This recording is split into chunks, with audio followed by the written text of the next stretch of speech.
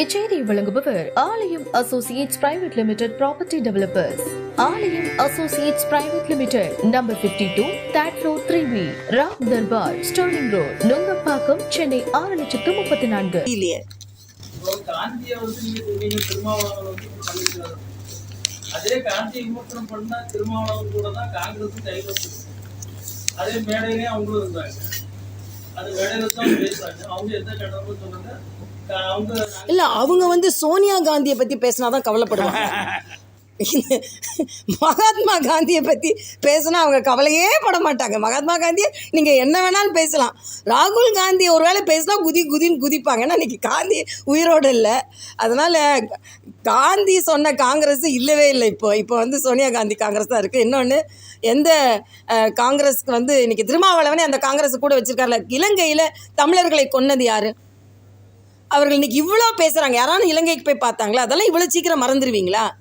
ஆக அவர்கள் கூட இதே திருமாவளவன் தான் அன்றைக்கி விமர்சனம் செய்தார். மத்தியில் உள்ள காங்கிரஸ் அங்கே தமிழர்களை படுகொலை செய்து கொண்டு இருக்கிறது. இன்னொன்று எமர்ஜென்சி கொண்டு வந்தது யார்?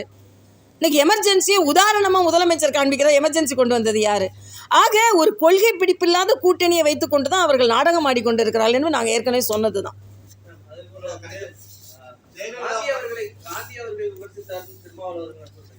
ஆனா இதே மாதிரி நார்த் இந்தியால நிறைய பேர் கோட்சையை கொண்டாடி காந்தியோட புகைப்படத்தை செருப்பால் அடிச்சது அது யாரோ செய்யறாங்க.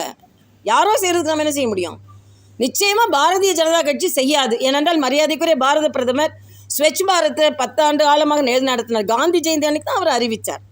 ஆக காந்தியை கூட அவர் குறிப்பிட்டார். சுதந்திரமான இந்தியா வேணுமா, சுத்தமான இந்தியா வேணுமான்னு கேட்டால் காந்தி சுத்தமான இந்தியா கொடுங்க, அதுக்கப்புறம் சுதந்திரமான இந்தியா வாங்கி கொண்டு என்ற பேச்சையே சொன்னார். அதனால் பாரதிய ஜனதா கட்சி காந்தியை மதித்து கொண்டிருக்கீங்க. நீங்கள் தான் தினம் தினம் கொண்டு இருக்கிறீர்கள். ஓப்பனாக நாங்கள் காந்தி எனக்கு பிடிக்காதுன்னு திருமாவளவன் சொல்கிறாரு. அதுக்கு அவர் பதில் சொல்லட்டும்.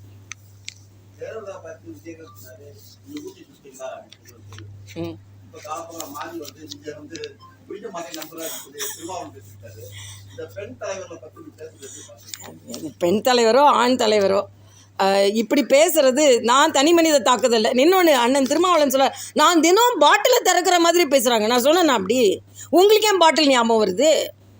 நான் தினம் பாட்டிலை திறக்கிற மாதிரி பேசுகிறாங்களாம். நான் எங்கேயுமே பாட்டிலையும் பேசலை, மூடியும் பேசலை. நான் மோடியை தான் பேசுவேன். பாட்டில் மூடியை பற்றிலாம் நான் பேச மாட்டேன். அதனால் பாட்டிலை திறந்தாதான் அதுக்கப்புறம் ஒரு டேஸ்ட்டே பண்ணது கிடையாது. ஏன் இவ்வளோ எவ்வளோ பர்சன்டேஜ்னு இன்றைக்கி வரைக்கும் ஞாபகம் வச்சுக்கிட்டு இன்றைக்கி வரைக்கும் நான் டேஸ்ட்டே பண்ணலைன்னு ஏதோ உங்களோட சுய பிரபலத்தை அங்கே சொல்கிறதுக்காக என்னை பயன்படுத்தி கொண்டு நான் எங்களுக்கெல்லாம் குடித்தவன் தான் நடக்க தெரியல, குடிக்கலாம் தெரியாதுங்க. அதான் இப்போ பெண்கள்லாம் குடிக்கிறாங்கன்னு ஒரு கணக்கு கொண்டு போகிறாரா? அது அவங்க மாநாட்டில் பின்னால் உட்காந்து எல்லோரும் என்ன பண்ணிகிட்டு இருந்தாங்க? ஒரு பெண் காவலரை நீங்கள் என்ன பண்ணிகிட்டு இருந்தீங்க? பெரியாரை பின்பற்றுகிறோம், அதான் நாங்கள் பெண்ணினத்தை போட்டுக்கிறோம்னு நீங்கள் சொல்கிறீங்க. பெண் காவலரை என்ன பண்ணீங்க? நீங்கள் என்ன டான்ஸ் ஆடினீங்க? மேலே போய் நீ அத்துமீறு, திருப்பி அடி அப்படின்லாம் சொல்லி கொடுத்துட்டு இன்றைக்கி அப்புறம் திருப்பி குடின்னு சொன்னாலும் சொல்லுவாங்க. நமக்கு தெரியாது. ஏன்னா இவங்க மாநாடு நடத்துகிறதே ஒரு ட்ராமாக்காக நடத்துகிறாங்க. அதனால தான் அதைத்தான் நான் சொன்னேன்.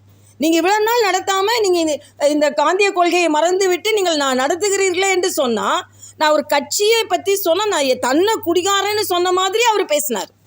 அப்படின்னு சொல்லிட்டு நீங்கள் குடிக்கலன்னு சொன்னால் என்ன ஒரு கீழ்த்தரமான மனசு இருந்தால் வெளிப்பாடு இப்படி வரும்னு எனக்கு தெரியல.